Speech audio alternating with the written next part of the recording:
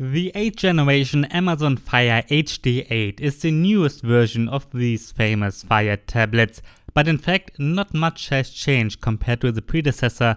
There are small improvements only. It supports Alexa hands-free now and has an optional accessory called Show Mode Charging Dock. With that you can kind of transform the tablet into an Echo Show. Well, it starts at just $79.99 US. Can it be a good tablet at this price? I'm NJ for mynexttablet.com and this is what you will find out in my Amazon Fire HD8 2018 review.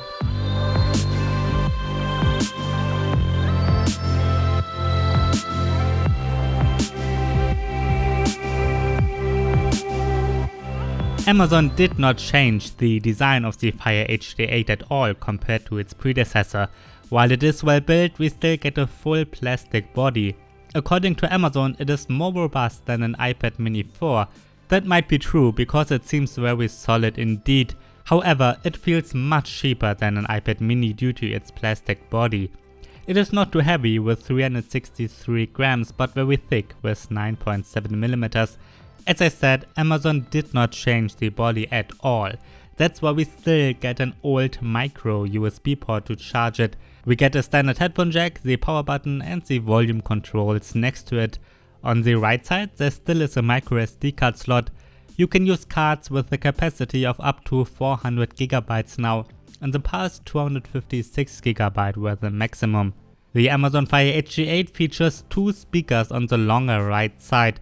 Considering it is so cheap, the sound quality out of those speakers is pretty good. Sure, pretty much all premium tablets and especially those with 4 speakers have a much better sound. But again, considering it is so inexpensive, the sound is good enough. We get a 2MP camera on the back and the front facing camera has the same resolution now. The predecessor had a 0.3MP camera only. So this year you can record HD videos with the front facing camera too, which is nice for video chats. As you might expect though, in real life the picture quality out of both cameras is not really good. The resolution is just too low for that. Yes, if you consider the price again, it's fine. A lot of notebooks have similar weak webcams, but still, pictures and videos out of both cameras look a bit blurry and unsharp. The Amazon Fire HD8 has an 8-inch display with an aspect ratio of 16:10. Like its predecessor, the new tablet has the same HD resolution with 1280x800. Obviously an HD resolution is far from ideal, but the pixel density is similar to 10-inch tablets with a full HD screen. So what I always say about those is the case here too. If you hold it normally, text and icons look sharp enough. However, if you look very closely, you can see pixels. It's a bit disappointing that the screen is not laminated. That means there's a small air gap between the touch layer and the IPS panel. Yes, other tablets like the 2018 iPad have that too, but still a laminated screen would have been nicer. Besides that, most aspects of the screen are good. The viewing angles are wide and the contrast and color reproduction are good too. It certainly is bright enough to use inside, but too dark for outside. You won't be able to read much in direct sunlight and it's not ideal to use outside in general.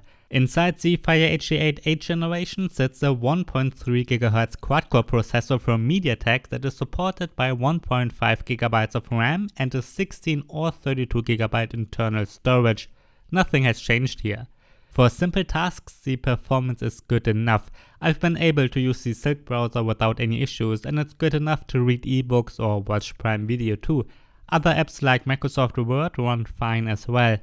You can play simple games on the Fire HD8. Even Asphalt 8 and Into the Dead 2 run smoothly most of the time. Well, at least if you set the graphics to its lowest.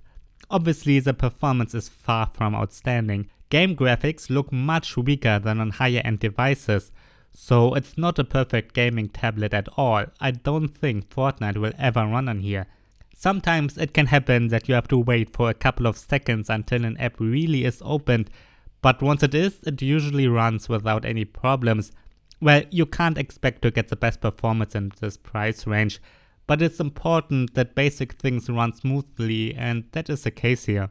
As you might expect, the Fire HD8 gets pretty bad results in benchmarks like Geekbench 4 and Antutu. I wasn't even able to get the latest version of Antutu running. As you can see in my benchmark comparison, the results are pretty weak. But as I said, it's important that basics do run smoothly, and that is the case. Other direct competitors like the Lenovo Tab 7 Essential are much slower in real life. A very interesting and new accessory for the Amazon Fire HD 8 is the Amazon Show Mode charging dock. Together as a bundle with the tablet, it costs around $110. With that charging dock, you can kind of transform the tablet into an Echo Show. Like last year's Amazon Fire HD 10, the Fire HD 8 supports Alexa hands-free now. That means you can use Alexa even when the screen is turned off.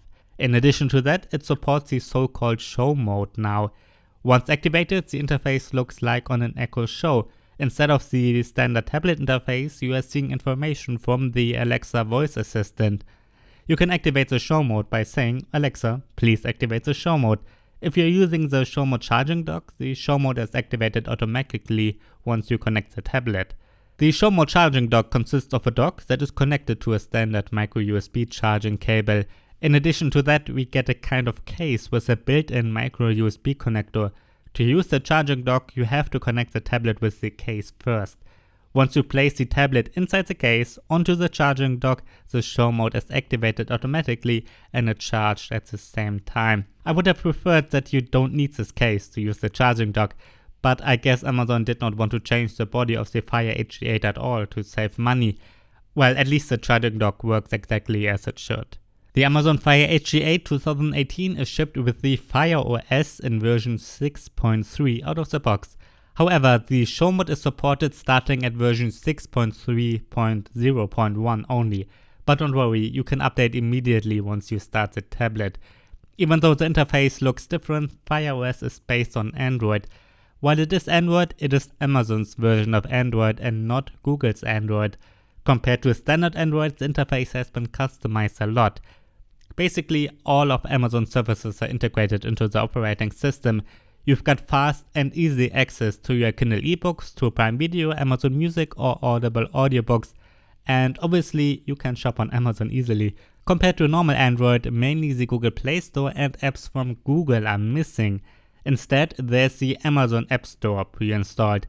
Other pre-installed apps are the Silk browser, Amazon Photo and other apps from Amazon. They work fine though. Sadly, the Amazon App Store is not as big as the Play Store. Yes, you can find some important apps like Netflix and Spotify and some games, but others like Gmail, Chrome, YouTube, but also Microsoft Word and Excel are missing. As I said, it is still Android. If you want, you can install most apps manually if you can get the APKs, and you can install the Play Store manually too, but might be voiding your warranty. I did install the Play Store on mine because I like to use at least Gmail and YouTube. By the way, there actually is one advantage compared to most Android tablets. Amazon is releasing quite a lot of updates for the tablets to add features or close security holes. Most other Android tablets never get updates at all. Well, I can live with the Amazon Fire OS, but it's far from ideal. Like its predecessor, the Amazon Fire HD 8 2018 gets outstanding results in my battery test. In fact, it got a runtime of 14.5 hours. For this test, I'm always looping the same HD video at medium brightness and activated Wi-Fi. Alright, the Fire HD 8 does not have the biggest battery. There are two reasons why I think it scores so well in this test. First, the screen is darker than on a lot of competitors. And I'm also guessing that it does not contact as many servers in the background as Google apps might be doing. Still, in real life the battery life is pretty good. I think most won't have to charge it more often than every 2 or 3 days. Well, except when you're streaming a lot of Netflix or playing games. And Alexa uses more energy too. But if it sits inside the Show Mode charging dock, it's charged anyways. I did review the almost identical predecessor and liked that one a lot. And during my Amazon Fire HD 8 2018 review, I got to the same final verdict. Considering its very inexpensive price, I think it's a very good tablet. It's not perfect at all, but starting at just $80 it offers a lot and works well. The build quality is solid, the performance is good enough for simple tasks, and the display is good enough too, but could be brighter.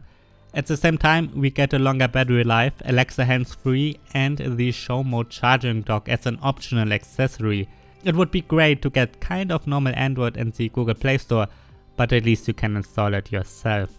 In total, I think the Fire HD 8 is a great value. Another reason for that is that there are no real competitors in this price range.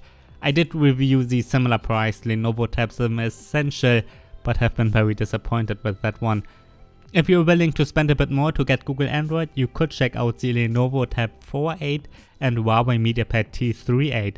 Both tablets offer very similar hardware but are running Android 7. But as I said, the hardware itself is very similar.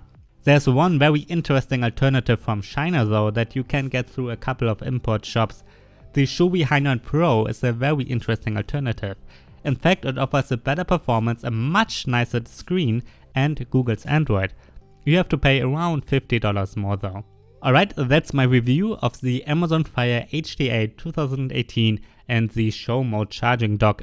If you have any questions, please feel free to write me down below. And I'm Andrzej for mynexttablet.com. Thanks for watching.